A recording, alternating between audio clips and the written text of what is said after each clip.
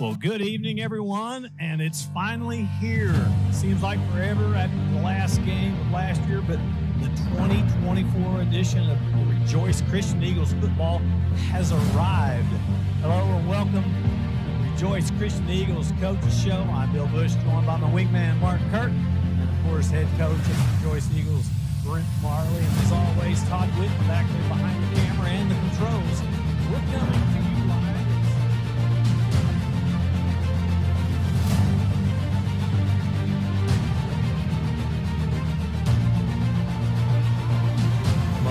Schaefer, and right up the middle goes Noah, and he busts through and touchdown!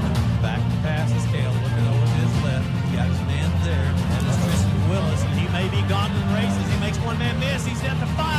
Touchdown! Rejoice Christian Eagles, as Tristan White did a lot of that on his own, making several men miss.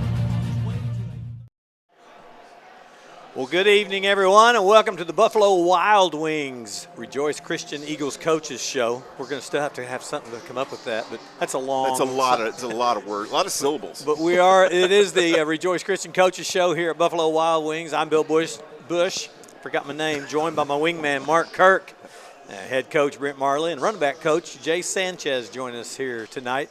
And tonight we're broadcasting, like I say, from Buffalo Wild Wings, a.k.a. B-Dubs, right here in Owasso. And we sure appreciate B-Dubs for sponsoring the Coaches Show this year.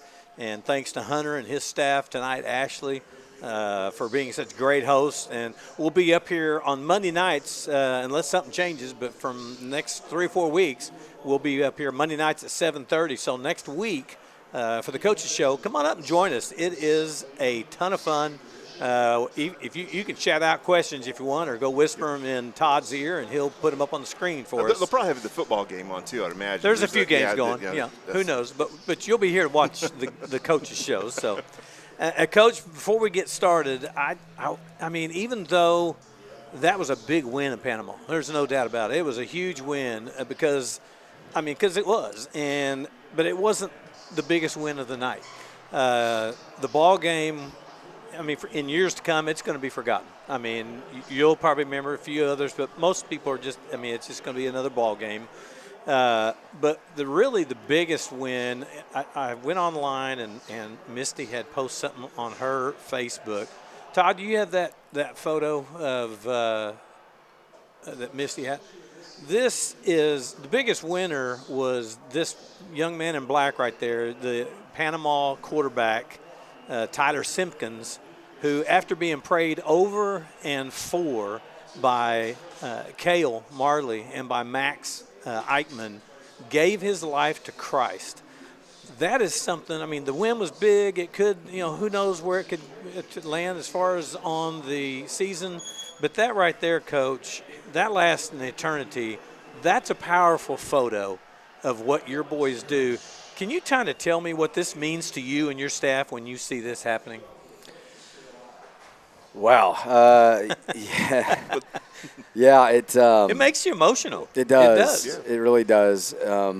It really. This is a game. We love the game. The game teaches a lot of life lessons. But it makes me. I don't know. There's one ultimately with what happened, right? You can't beat that. That's the ultimate victory, right, for anybody at any time, any day. But for our young men that buy into our culture, what we ask them to do, we don't make them do that. We post the opponent's roster. We've been doing that for quite a long time now. And to be honest, most seasons it's 4 or 5 players choose to pick a guy out and pray for him during that week, or pick him out even during the game and find him after the game and pray with him or for him. And we post the roster of the visitors in our locker room during the week, and we invite them to do that if they feel led to. But this year, it's kind of gone to another level because, like at Friday night at Panama, I couldn't even meet with the team because when they came over and took a knee in front of me, I had about 14 players there. Right. The rest of them are out there. And the rest of them are praying with somebody out there. That's unbelievable. It was crazy. And I just said, guys, great job tonight. I'm proud of you. Go sing the fight song, meet with your families. We'll wait and talk in the locker room when we're all together in about 20, 30 minutes. So It's just it's a remarkable thing. You know, there's multiple testimonies this year that players share with me. They'll come back and say, hey, Coach, you know, my guy said his parents are going through a divorce. Or, Coach, I had a player 2 weeks ago tell one of our players that, yes, please pray for me. It looks like I might be going to juvie, got in some trouble. We had another player about 4 weeks ago open up to one of our players about he's having a really hard time with his dad at home, and just treatment and just a lot of rough stuff at his house. And could you please pray with me? And so our player did. And the player that did that was kind of going through the similar thing at his house. Yes, going through a similar thing in his life, and so he did.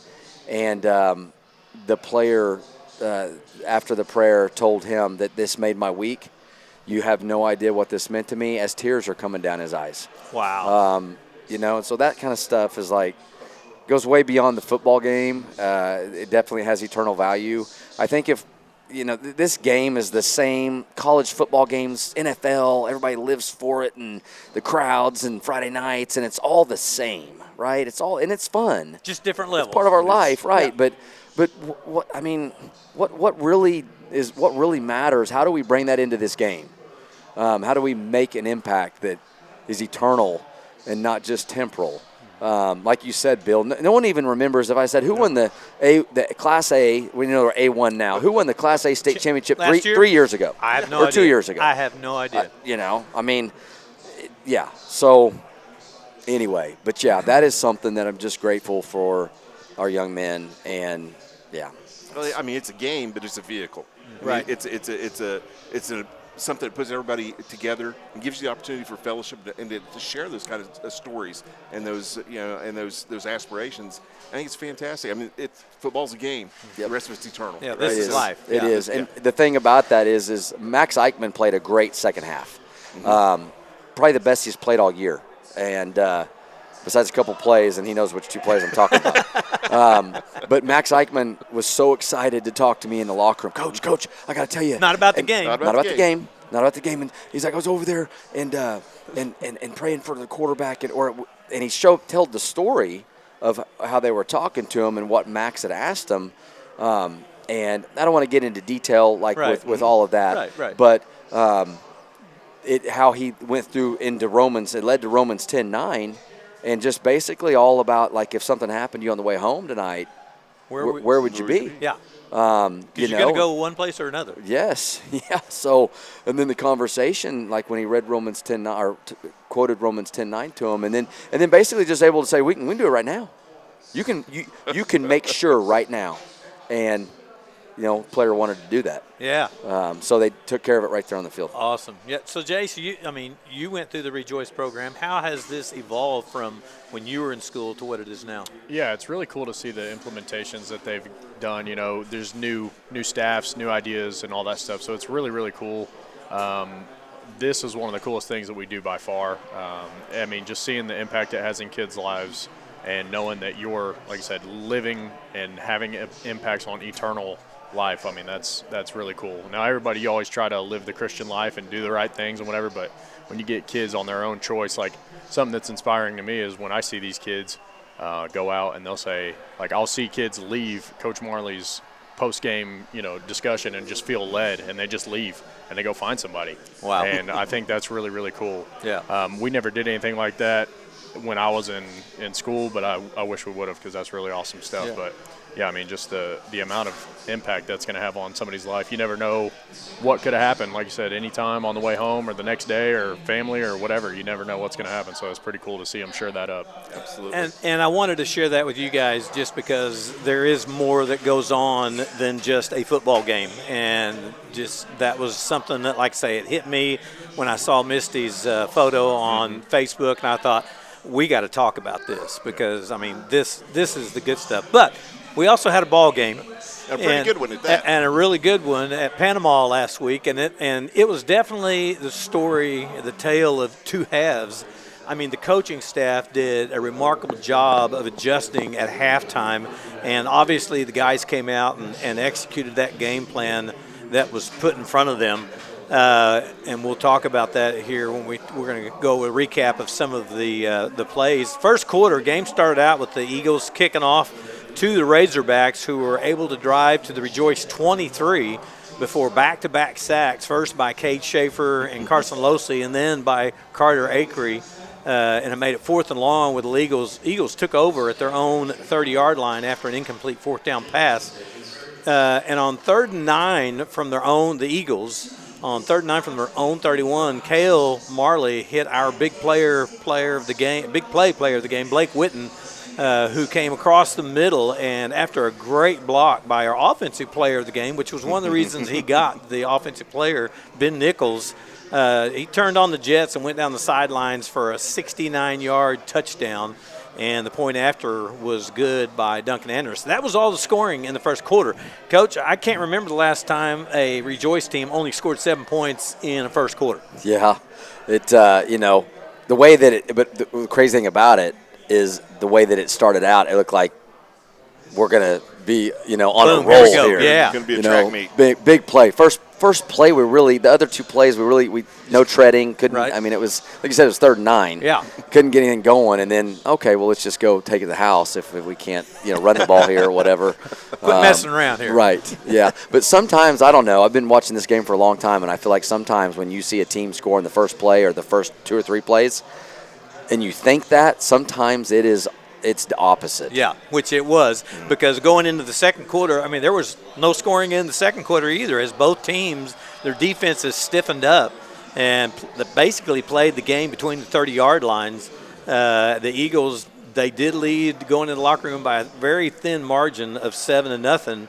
And guys, this is where the coaching staff is going to have to earn its stripes.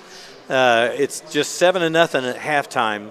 And it's a defensive battle. The defense playing really well, pitching a shutout in the first half, but the offense was kind of sputtering. So, Jace, I mean, you're the tailback coach. Mm-hmm.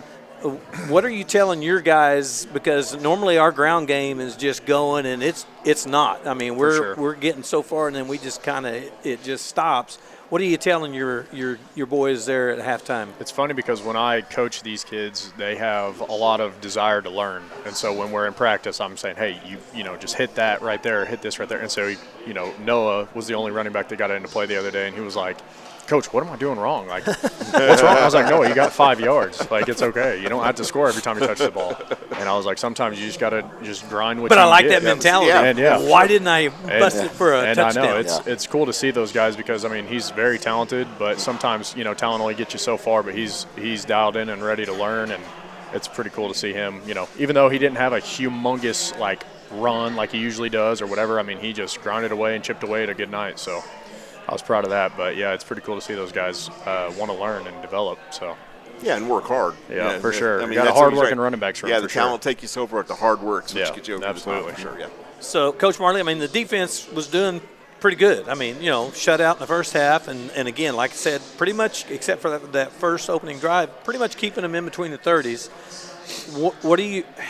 How did the coaches come up with their game plan at halftime? Because you come out and all of a sudden, and we did that against Pensacola too, where Camion came out and QB'd. How do you guys make that switch, and what makes you decide, all right, we're going to change this up? Yeah, well, so first off, it felt like, I don't know, they were moving the ball all over us first half at times, running the ball and getting first downs. Mm-hmm. And but when you gather the troops up, we met as a staff outside the locker room, and what do we got to do? What adjustments we got to make? And it's like you start thinking, let's do this, do that. And so, but the first thing we had to talk about is they have 0 points. Mm-hmm. So let's not adjust a whole lot, right? I mean, and so that was one thing. But we did figure out, we kind of got a beat on what plays they were running and when, and we really got it kind of a system down. Our guys in the press box did a great job. They felt like they could they on looking at signals and formations and things like that, kind of got kind of what they were doing, their system down. And so they were telling us down on the sidelines on the headset what they were running, what they thought they were running. And they weren't always right. But they were right a lot. Right. And so that kind of helped. It's kind of the game within the game. And then, just offensively, we like you said, had a couple big pass plays first half. The big pass play to Blake Witten, but we're having tough tread and running. Well, they were really keen on Noah, and so we were, just looking at it. Okay, how do we do this? We knew that Camion has the ability to run the ball while Kale's still, we're trying to protect him from running too much right now. And so let's rotate them a little bit more, give him some time. And then we have a whole 20 split back personnel that we hadn't shown much, that we kind of been saving. In the fourth quarter, yeah. In the fourth quarter. I'm going to talk about that. Anyway, we kind of had both of those in our thought processes coming out of halftime. And let's kind of do both of that and throw a little bit of a little wrinkle at them and see what happens. Yeah. Well, and in the third quarter, coming out of the second half, the Eagles, now being quarterbacked by, as Coach said, Compton Nero, they were on offense to begin the third quarter. And on their opening drive, they were stopped on 4th and short at the Panama 32. Had a good drive going, but on the first down, like I say, on 4th and short, they were stopped. Noah, Mark and I kind of questioned the spot, but it was close. I was surprised they didn't ask for a measurement. And I know if you use a timeout, then to ask for a measurement, then that's your timeout. Yeah, that was the fourth down play. Yes. I didn't ask for one because I was so mad because we let number 2 come off the backside edge and we should have pulled it and we didn't pull it, and that's why we got the running ability in there. We don't pull it and then Noah gets tackled, and I thought he lost yardage. I didn't even. Definitely on fourth down. We were talking over it on third down. Go, what kind of spot is that? Oh yeah, that was happening all night. Yeah, just go get another yard. And unfortunately, that was happening all night. But on first down for the Razorbacks, Noah Schnackenberg caused. I think I saw it right on he caused the fumble and recovered it, if I'm not mistaken, at the Panama 33. And then on 3rd and 7, the Eagles ran a reverse to Z. And off of another great block by Ben Nichols, was able to pick up a big first down, and the Eagles were able to score when Camion punched it in from 5 yards out. The PAT was good, so now the Eagles are up 14-0. Defense, once again, bowing up, forced a turnover on downs at the Razorback 40 after some really tough running by Noah Goodwin. Camion hit Ben Nichols, our offensive player of the game, and that was really kind of why we gave it to him, because those were 2 massive blocks. Yeah. And usually you don't get offensive player of the game from a block. Right. But he also excelled, in the receiving area. It was nice having him back for sure after being gone the week before. Yeah. But he hit him in the flat where after making and he made a good run. You look at it from the end zone camera, he made some cuts and cut it down and was able to score from 19 yards out to give us a little more breathing room after the PAT by Andrus make it 21-0. In the fourth quarter, Panama finally got on the board after going on an 80-yard score. Of course, they had I don't know, it's called not really a trick play, but they were going to punt, and we didn't really cover on special teams that fake punt, and they were able to come out and get that, complete that, and anyway, ended up on an 80-yard drive to narrow the score to 28-6. But on the ensuing drive, the Eagles came out in that 2-back set that you were talking about. Yeah. That has to confuse the opposing team to all of a sudden thinking, now what do we do?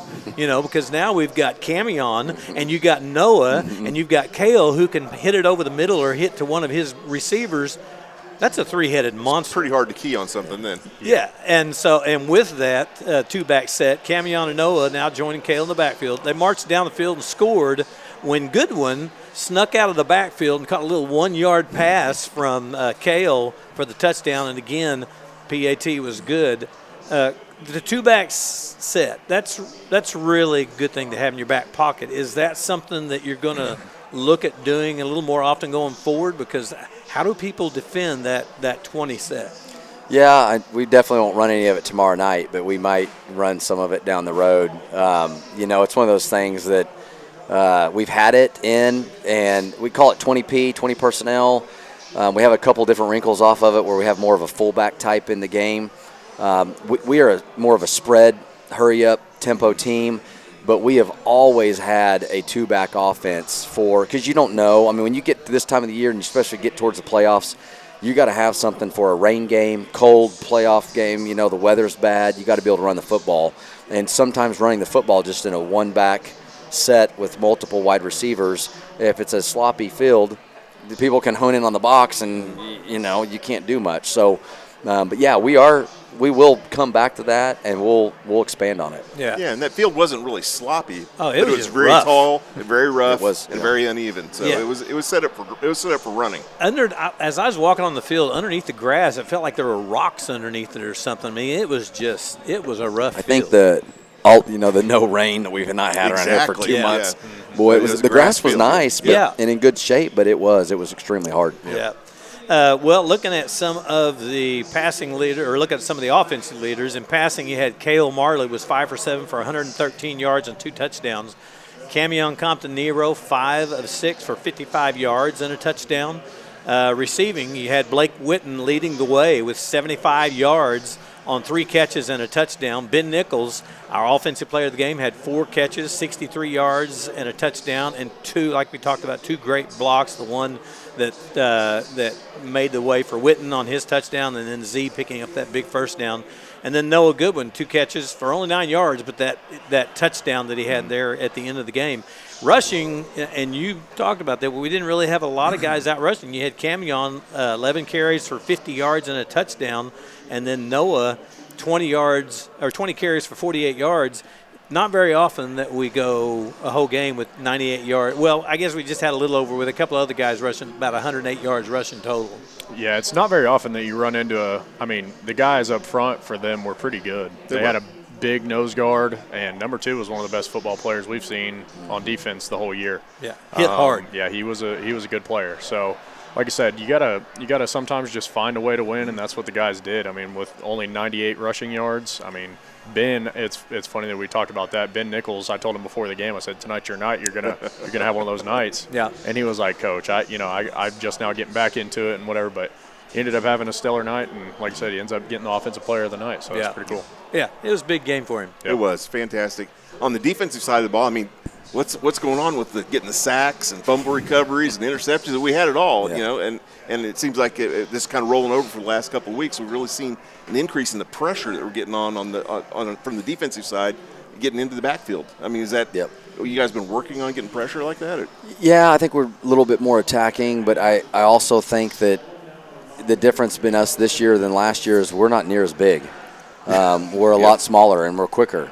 Yeah. So it's one of those things that we have to try to play to the cards we're dealt and use to our advantage as much as we can. And so, we're athletic in the box, and so it was great. Really, Coach Eckel's game plan was great. Coach Warren's doing a great job with the defensive line. Coach Eckel with the inside backers, and and we also knew they were more of a running team. They had not had a whole lot of success on film throwing the ball. They didn't look very comfortable. No, they didn't. And so when they did throw the ball, again, they didn't look real comfortable on the field like they did on film. Right. And it wasn't really their forte. Making them throw the football was making them play left-handed. And that's what exactly. Mark and I discussed that during the game. We mentioned that during the game. You get a team out of their game plan, and it really usually doesn't work. If that's not what you usually do, it's Friday night is not the time to hope that it works, because if it doesn't work on a regular basis, then we did get them out of their game plan. Mm-hmm. Yeah, and of course, and we see it again in the stats from the night. Mm-hmm. Again, lots of guys getting in on the ball, lots of guys making tackles, but a typical night. You had Cade Schaefer again. Another fantastic night, 14 tackles, 8 solo. That's just how many tackles he had in the last 3 weeks. He's going to be nearing some records. Yes, yes. If he hadn't already broke them. He's like Pac-Man, all those. He just keeps getting tackles. He's always. You have to have a nose for balls as a linebacker anyway. He's definitely got. Yes. He's getting there. It's amazing to watch. A lot of fun to watch. Carter Acree, again, defensive player of the game, 8 tackles, 3 solo, a tackle for loss, and sacks. It's really cool seeing those sacks, seeing those guys' conversion. And we, down to the point, I think Bill and I were having a conversation, we're going to have to get a half sack here and half sack there, because we had a lot of guys' conversion getting back there and getting at the same time. So a lot of cool things going on. Yeah. Carson Losey, big night, 7 tackles, 3 solos, 2 sacks. Camion, 11 tackles, 7 solo, and a pass breakup. Again, when they did throw the ball, we tended to be in better shape than the receivers were in a lot of the balls. So I thought that was very good too. ZZ, 5 tackles, an interception, 2 pass breakups. Luke Schaefer, 9 tackles, 7 solo, 2 pass breakups. Look at all pass breakups. And a forced fumble. And a forced fumble, that's right, yeah. The week after coming back from a concussion, so it was nice to have Luke back. For sure. Max Eichmann, again, like I said, had a fantastic night. 9 tackles, 3 solos, a sack, and a fumble recovery. And then Neil Lieber had another fantastic night. So we had just tons of guys having fantastic nights again, which I just love seeing on the defensive side of the ball because once again you're seeing the entire team get involved. And again, like we say, the guys on the line, they're stopping the run and they're giving an opportunity for the people to have in the secondary and the linebackers to get up there and make those tackles. And they're doing a really good job of it. Yeah, what really excites me is seeing just both sides of the ball, but seeing Blake Witten start the game the way he did. Yeah.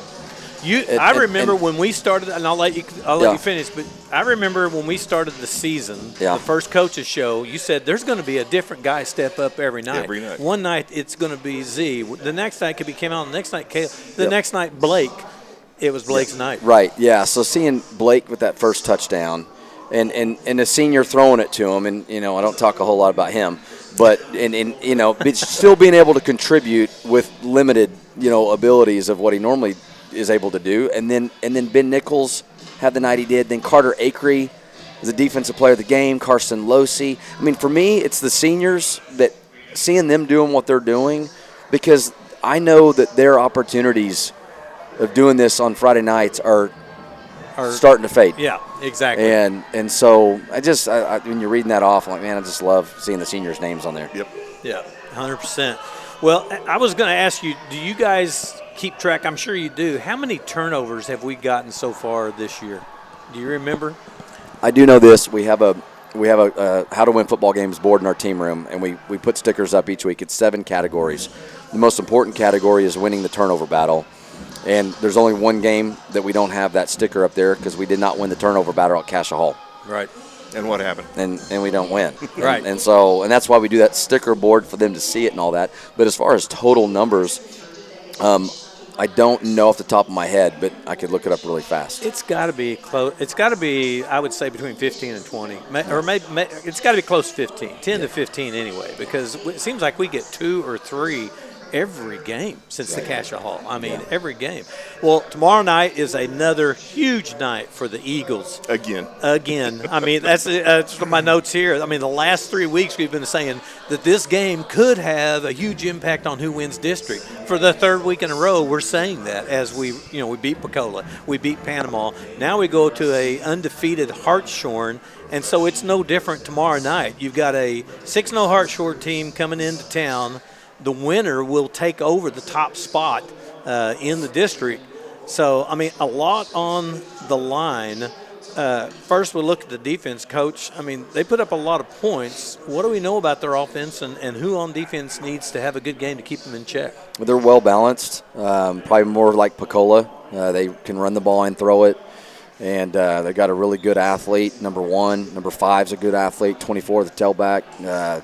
They're number 2, the quarterback, throws it well. I mean, they're just well balanced. And so, to pinpoint on who, we can't let the passing that Pecola had happen on us, and we can't let the running, that maybe, I mean, not that it was terrible, but I guess maybe Cassia Hall or Panama had a little bit of success, but running the ball, we just can't let them go off. I mean, everybody, it's got to be a total team unit effort. If it was more of they were a throwing team and couldn't run the ball, I'd say our secondary, but they're balanced. And so I saw the film. I think it was Warner. Yeah. And I mean, they get to the outside. They've got some speed too. They do. They've got some speed. So it's gonna be tough. I mean, anytime you play a team that's undefeated, they're ranked number 4, and this will be our 4th top 10 Class A. I mean, Christian Heritage was another one. Yeah. And they're ranked number 6 or 5 right now. They keep winning. Yeah. And winning big, convincingly. So it's gonna be. We better be ready to go. Yeah, 100%. It sounds like you definitely want to make sure you don't get those penalties. Because I think in games like this that are really closely matched,